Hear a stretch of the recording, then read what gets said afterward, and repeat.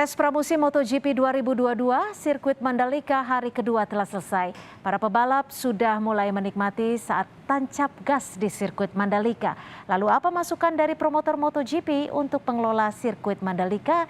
Berikut wawancara jurnalis Kompas TV, Fajri Satrio, dan juru kamera Bondan Wicaksono dengan pengelola sirkuit Mandalika.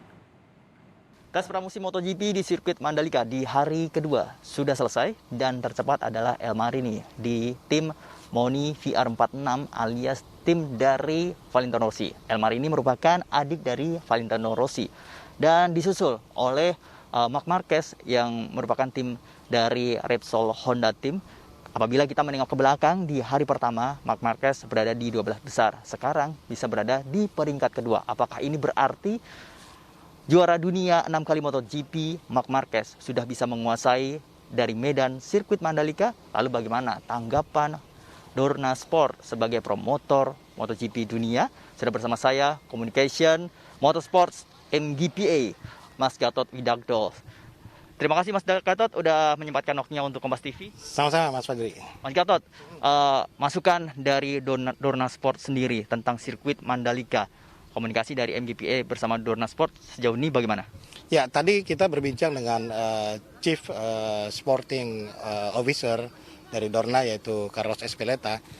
Dia intinya walaupun di hari pertama ada sedikit persoalan di lintasan, tapi dia melihat overall bahwa cepatnya tim mengatasi permasalahan itu. Dia memberikan apresiasi juga kepada kita, dan kemudian mengaca atau melihat dari hasil di tes hari kedua, dia juga menyampaikan bahwa ini telah membuktikan bahwa memang di awal seperti pada umumnya sirkuit-sirkuit baru, hari kedua itu pasti akan lebih baik dari hari sebelumnya, dan ini terbukti pada hari kedua yang berlangsung saat hari Sabtu ini. Dan dia juga menyatakan bahwa tim dan pembalap sudah happy, dan kita lihat juga para pembalap bisa membuat catatan waktu yang terbaik. Kalau kemarin Marc Marquez di luar 10 besar dan dia sekarang sudah berada di posisi 2 besar. Dan kalau kita lihat catatan waktu yang diraih pun juga semakin tajam.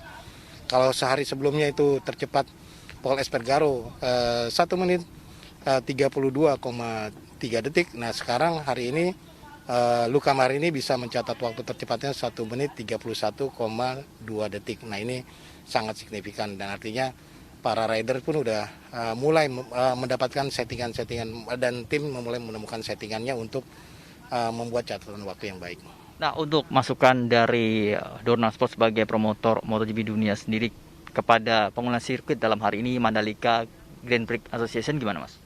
Ya, Carlos memang juga tadi menyampaikan beberapa rekomendasi ya kepada kita bahwa ke depan dari hasil evaluasi terutama bagaimana cara memanajemen atau merawat sirkuit itu juga disampaikan dia bahwa kita harus memaintain dengan